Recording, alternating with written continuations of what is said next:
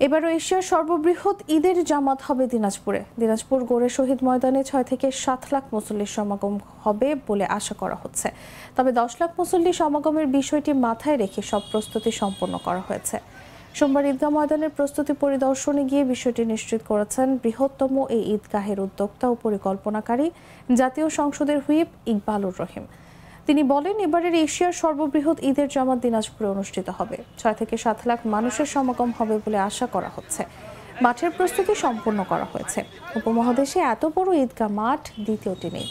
পুরো মিনার সিরামিক্স দিয়ে নির্মাণ করা হয়েছে। প্রতিটি গম্বুজ ও মিনারে রয়েছে লাইটিং এর ব্যবস্থা। রাত হলে ঈদগাহ মিনার আলোকিত হয়ে ওঠে।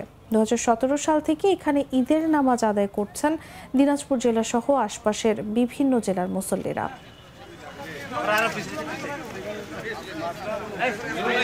কৃতজ্ঞতা জানাই গণপ্রজাতন্ত্রী বাংলাদেশ সরকারের মাননীয় প্রধানমন্ত্রী বঙ্গবন্ধু কন্যা শেখ হাসিনাকে, যিনি এই ঈদের জামাতকে সুন্দর এবং সফল করার জন্য এবং আশপাশের জেলার লোকের যাতে উপস্থিতি হয়, মুসল্লিরা যাতে উপস্থিত হতে পারে, 2টি স্পেশাল ট্রেনের ব্যবস্থা করেছেন যাতে মুসল্লিরা আসতে পারে এবং নামাজ শেষে নিজ এলাকায় ফিরে যেতে পারে।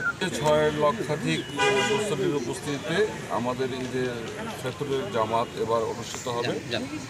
এ ব্যাপারে আমরা জেলা প্রশাসন, পুলিশ প্রশাসন সর্বাত্মক প্রস্তুতি গ্রহণ করেছে। আমাদের বিভিন্ন গোয়েন্দা সংস্থা সার্বক্ষণিকভাবে কাজ করছে যাতে সুষ্ঠুভাবে সুন্দরভাবে মুসল্লিরা ঈদের নামাজ আদায় করতে পারে।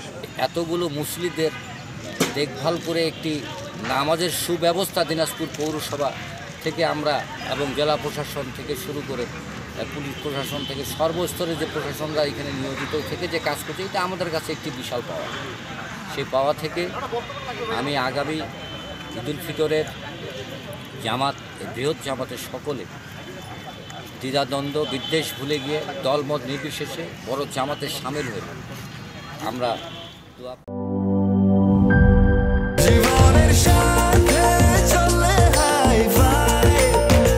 স্বাস্থ্যকর অল টাইম ফ্যামিলি কেক, সব সময় অল টাইম হেলদি লাইফ।